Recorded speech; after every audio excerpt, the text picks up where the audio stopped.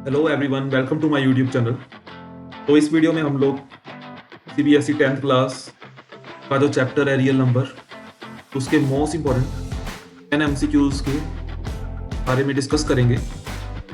और सिर्फ real number के नहीं, अगली कुछ वीडियोस में हम लोग polynomials, linear equation in two variables and quadratic equation, मतलब एक एक करके हम लोग सारे चैप्टर्स के जो एमसीक्यूज हैं उस पर डिस्कस करेंगे।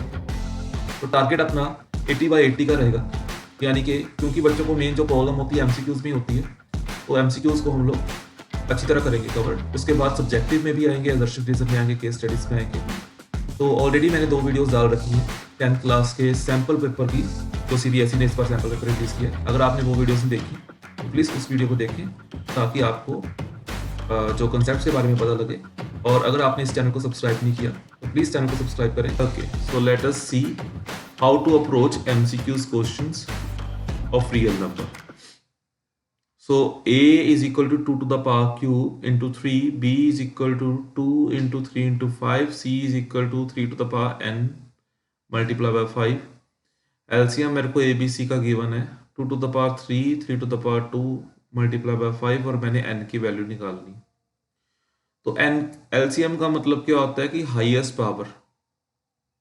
Power of prime number. ये हम लोगों ने लास्ट वीडियो में डिस्कस भी किया था, highest power of prime number.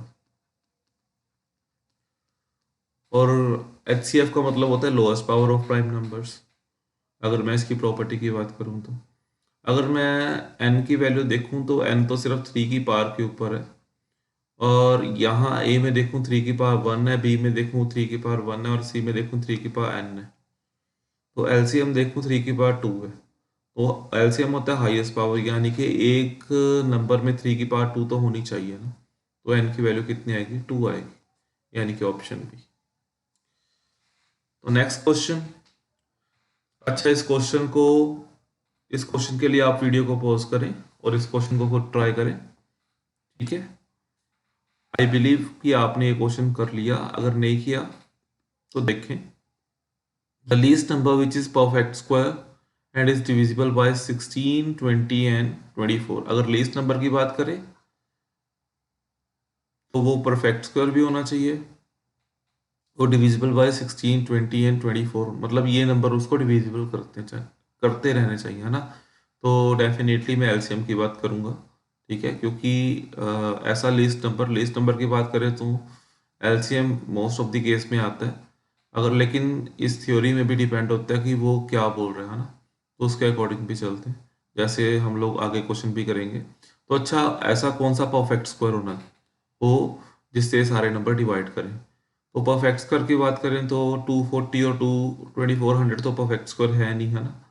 तो ये तो नंबर वैसे डिलीट हो गए। अब इन दोनों में से बचा, मैं ये देखता हूँ कि 16, क्योंकि ये सारे नंबर्स इससे डिवाइड भी करने चाहिए। देखो 16 तो 1600 से डिवाइड करेगा, 20 भी करेगा। मैं देखता हूँ कि 24 1600 से डिवाइड कर रहे हैं। अगर कर रहा है तो ठीक है, ये हो सकता है, बिकॉज लीस्ट नंबर मेरे को चाहिए, है ना। तो 1600 को 24 से डिवाइड करते हैं, तो 24 6 था 144, तो अगेन 24 6 था 144। तो मेरे पास 16 एज अ रिमाइंडर आ गया, तो यानी कि नहीं डिवाइड किया, तो मतलब ऑप्शन डी ट्रू है। बिल्कुल इजी क्वेश्चन है। लेट मी चेक की वीडियो, ठीक है। ओके, नेक्स्ट क्वेश्चन कैसे करेंगे कि 11y143x1001, मेरे को x और y की वैल्यू निकालनी है। इसको हमेशा नीचे से अप्रोच करना है क्वेश्चन को, यानी कि 11 into Y is equal to 143 है, तो y की वैल्यू कितनी आएगी? 143 डिवाइड बाई 11। जो ये क्वेश्चन है वो मोस्ट इंपॉर्टेंट क्वेश्चन है, यानी कि डिफरेंट वराइटीज के क्वेश्चन उठाएं, तो y की वैल्यू 13 होनी चाहिए। बस एक ही ऑप्शन में y की वैल्यू 13 है।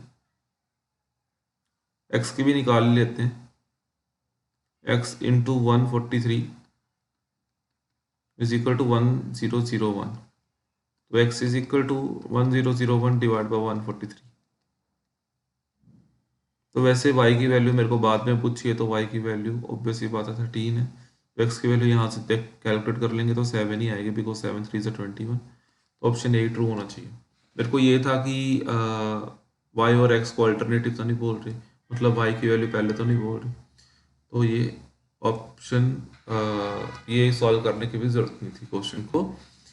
3 की पावर 13 है और 3 की पावर 10 है, मेरे को ये देखना है किससे डिविजिबल है, तो इसको थोड़ा सा सॉल्व करते हैं। 3 की पावर 10 मैंने कॉमन लिया, 3 की पावर 3 -1 आ गया, तो 3 की पावर 10 आया, तो 3 की पावर 3 यानी कि 27 -1, 3 की पावर 10 × 26, 26 को मैं कैसे लिखूँ, 2 × 13 × 3 की पावर 10 है, तो ये 2 से भी डिवाइड है, 13 से भी डिवाइड है और 3 से भी डिवाइड है, तो यानी कि ऑप्शन डी ट्रू है।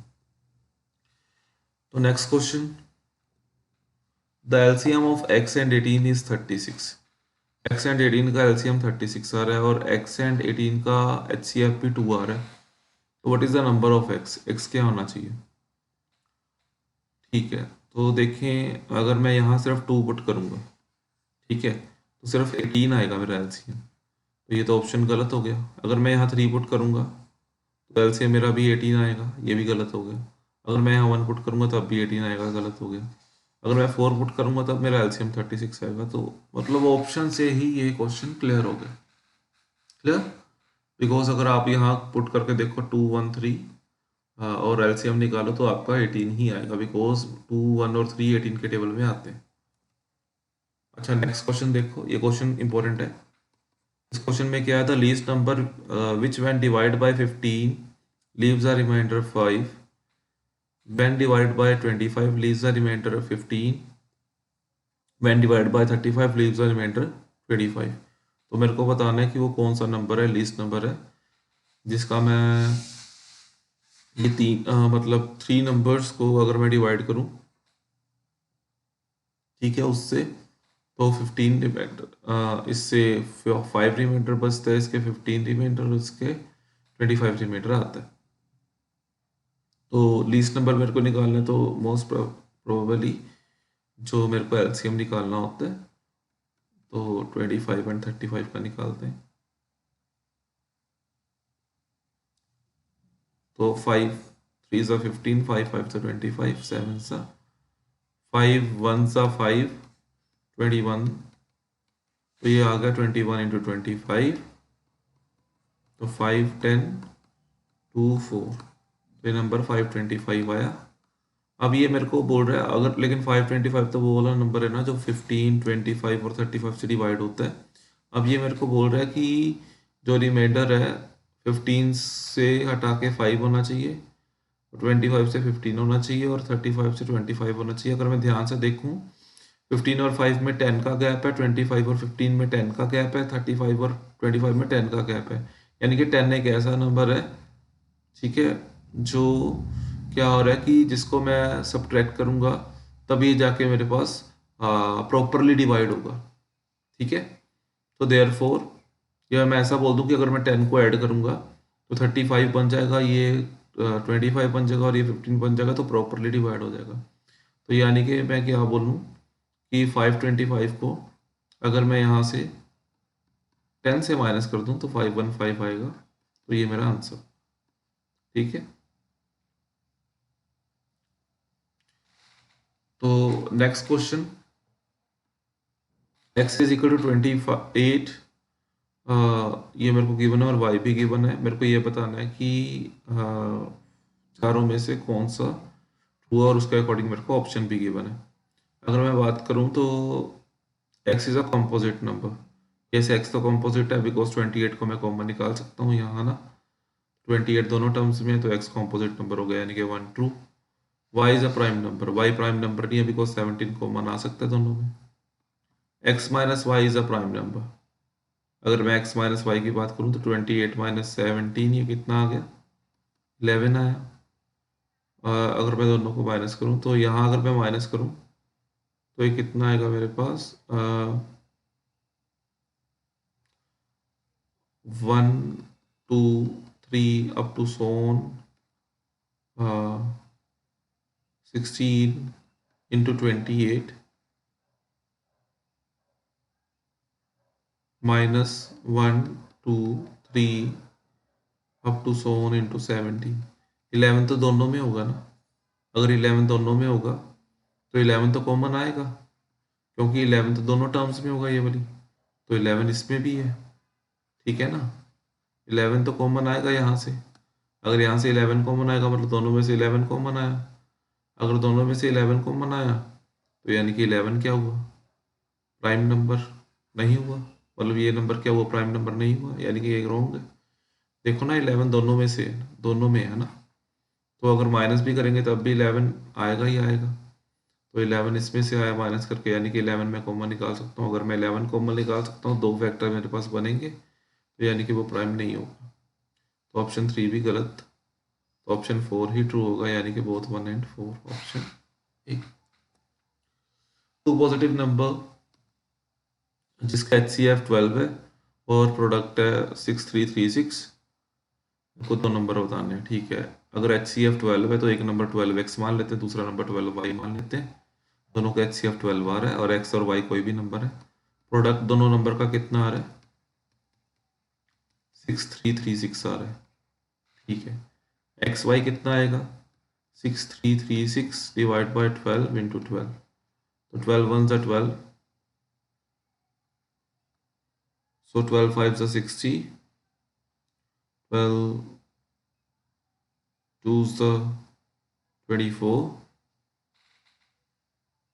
12 एट ज़ा 96,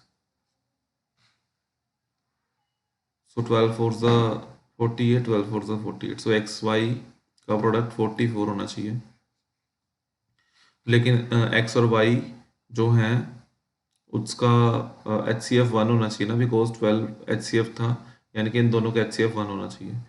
तो वैसे 44 के मैं फैक्टर देखूं, 44 के फैक्टर कौन कौन से आ रहे हैं, 22, 11, 1।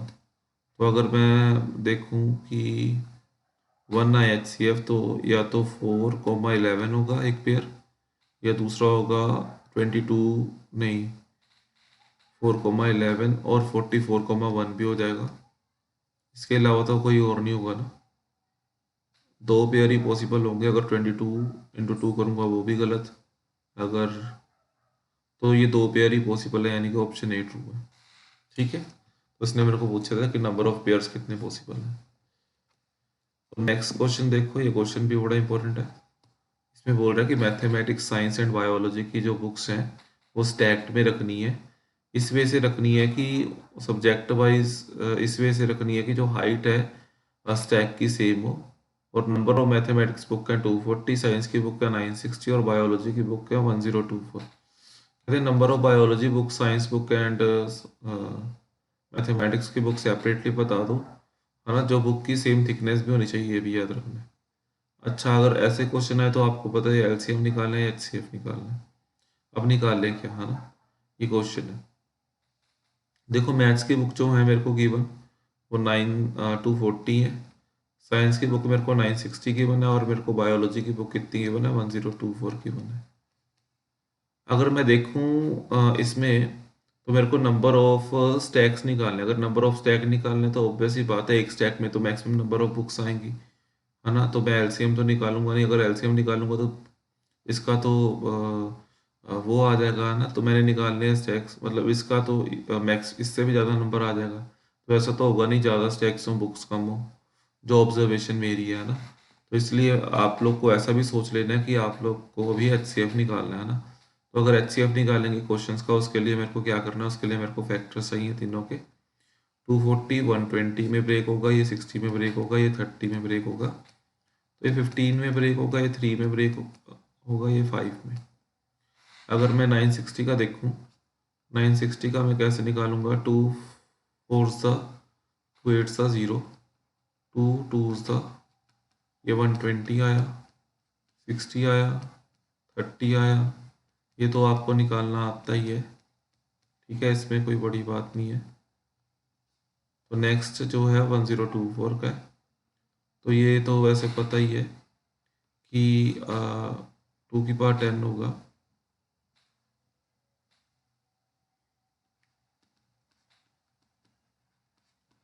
तो आगे 64 2 की पावर 6 होते, तो 1024 तो आ गया 2 की पावर 10, और 240 आ गया 2 की पावर 4 इंटू 3 इंटू 5, और 960 आ गया 2 की पावर 6 इंटू 3 इंटू 5। अगर मैं HCF की बात करूँ तो HCF आ गया 2 की पावर 4 यानी कि 16 है ना।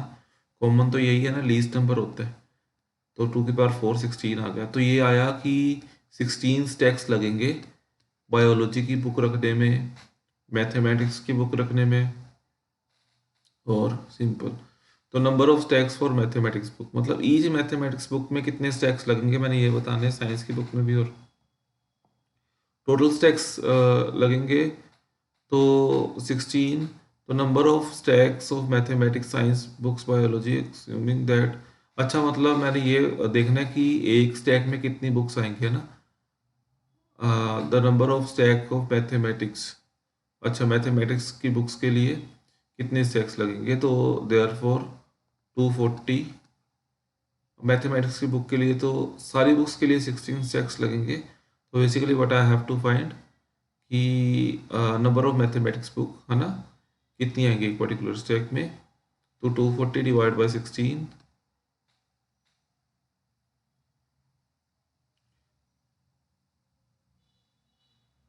सो इसमें कितना आएगा अगर मैं इसको सॉल्व करूंगा। 16 वन सा 60, सो 5 सा 15, तो यानी कि मैथमेटिक्स में 15 स्टैक्स आएंगे। तो ऑब्वियस ही बात है 15 फर्स्ट है, तो आंसर इसका ए होगा। नॉन ऑफ दिस आंसर बड़े कम चांसेस है, अगर आप निकालना चाहते हैं और तो निकाल सकते हैं। अगर आप 960 को 16 से करोगे तो क्लियरली ये 60 आएगा, अगर आप 1024 को 16 से करोगे तो ये 64 आएगा। ठीक है, तो यानी कि इसका ऑप्शन जो है A2 है। लास्ट क्वेश्चन,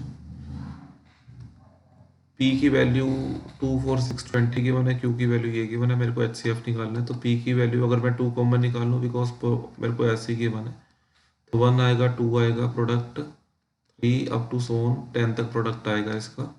अगर Q का मैं देखूँ 1 3 5 अप टू सोन 19 तक कह लेके मैं 10 तक ले लेता हूँ, मतलब 9 तक आएगा ये। तो इनमें कॉमन क्या आ रहा है, क्योंकि ये ओड नंबर है तो 2 तो आने नहीं रहा लगा इसमें, है ना। मेरे पास 10 तक नंबर है और ये ओड नंबर है, तो मैं 9 तक ले रहा हूँ, कि 9 के आगे तो 11 ही आएगा यहाँ, तो वो उसका कोई बेनिफिट नहीं है। को HCF निकालना है तो 3 3 कॉमन आ गया कि 9 कॉमन आएगा, उसके अलावा कोई और कॉमन नहीं है। 3 इसमें 5 भी कॉमन है, 7 भी कॉमन है और 9 भी कॉमन है, ये 3 नंबर ये 4 नंबर कॉमन है। तो 3 इंटू 5 इंटू 7 इंटू 3 की पावर 2, तो यानी कि जो ये आंसर आया 3 की पावर 3 इंटू 5 इंटू 7, तो यानी कि ऑप्शन 8। तो ये 10 क्वेश्चन थे, मोस्ट इंपॉर्टेंट क्वेश्चन थे। तो आई बिलीव ये आपको वीडियो अच्छी लगी। ठीक है, और इसी तरह नेक्स्ट वीडियो में भी कोई दूसरा चैप्टर यानी कि पॉलिनोमियल चैप्टर लेके आ रहे हैं। तो ये जो क्वेश्चन है और जो ये वीडियोस हैं, ये आप पहले अपने आप ट्राई करें, उसके बाद पॉज करके वीडियो, उसके बाद अगर आपको नहीं समझ आता तो आप सोल्यूशन देखें इसका। ठीक है, तो थैंक यू एवरीवन।